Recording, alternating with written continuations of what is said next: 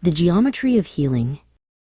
It began as a weight, a jagged obsidian stone that appeared in Alara's arms one morning without explanation. It was heavy, its edges sharp enough to catch on her clothes and bruise her spirit.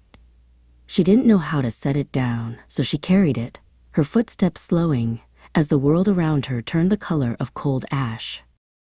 Then came the ache in her bones. The physical weight of the stone seemed to seep into her joints, making every movement a negotiation. Her breath felt shallow, as if the air itself had become too thick to swallow. She realized that pain was not just a guest in her mind. It had claimed a seat at the very center of her body. Soon, the landscape changed into a forest of smoke. This was the fog of the mind, where thoughts became tangled like brambles and memories felt like thorns. Alara could no longer see the path ahead. The mental exhaustion was a quiet hum that drowned out the music she used to love, leaving her lost in a haze of why and how much longer. Deepest of all was the silence in her soul. It felt like standing at the edge of a great, starless canyon. The spiritual void whispered that she was alone, that the spark within her had finally flickered out.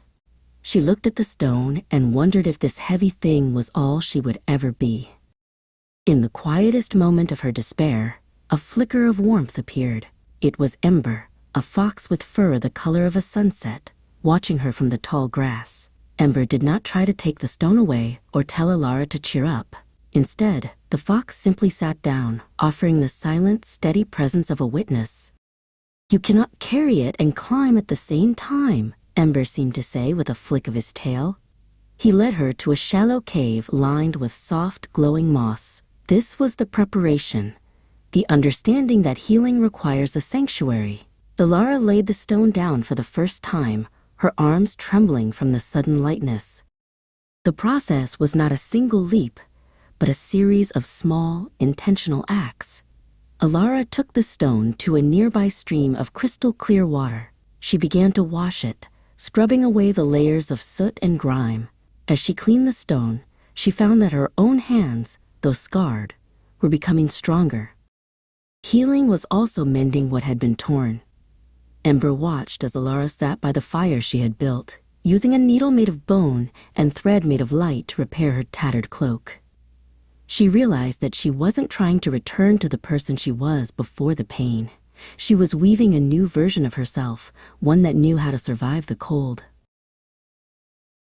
One morning, Alara looked into a still pool of water. She saw the lines of her journey on her face, but she also saw a new clarity in her eyes. The stone was still there, but it had changed. Through the cleaning and the tending, its jagged edges had been smoothed. It wasn't a burden anymore. It was a talisman of her endurance. With Ember trotting by her side, Alara stepped out of the gray valley. The sun was rising, casting long, golden shadows over a field of wildflowers. She still carried her story, and she still carried the stone, but her heart was open, her mind was clear, and she was finally ready to walk toward the light of a brand new day. Don't forget to like, follow and subscribe.